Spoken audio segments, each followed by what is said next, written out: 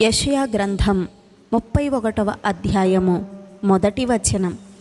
ఇశ్రాయేలు పరిశుద్ధ దేవుని లక్ష్యపెట్టకయు యెహోవా యొద్ద విచారింపకయు సహాయము నిమిత్తము ఐగుప్తునకు వెళ్ళుచు గుర్రములను ఆధారము చేసుకొని వారి రథములు విస్తారములనియు రౌతులు బలాఢ్యులనియు వారిని ఆశ్రయించు వారికి శ్రమ.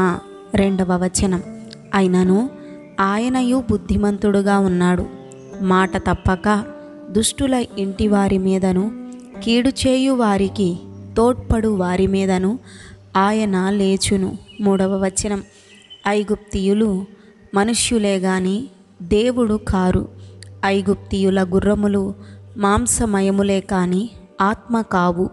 యెహోవా తన చెయ్యి చాపగా సహాయము చేయువాడు జోగును, సహాయము పొందువాడు పడును, వారందరూ కూడి నాశనమగుదురు.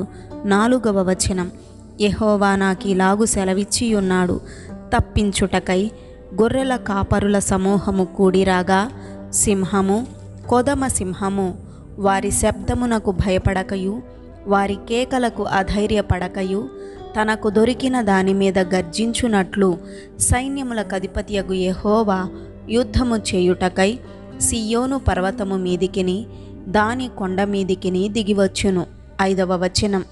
పక్షులు ఎగురుచు తమ పిల్లలను కాపాడునట్లు సైన్యములకధిపతియగు యెహోవా యెరూషలేమును కాపాడును, దాన్ని కాపాడుచు విడిపించుచూ నుండును, దానికి హాని చెయ్యక తప్పించుచూ నుండును.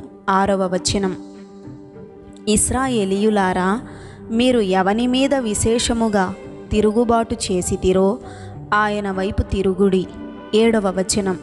మీకు మీరు పాపము కలుగ చేసుకొని మీ చేతులతో మీరు నిర్మించిన వెండి విగ్రహములను సువర్ణ విగ్రహములను ఆ దినమున మీలో ప్రతివాడును పారవేయును.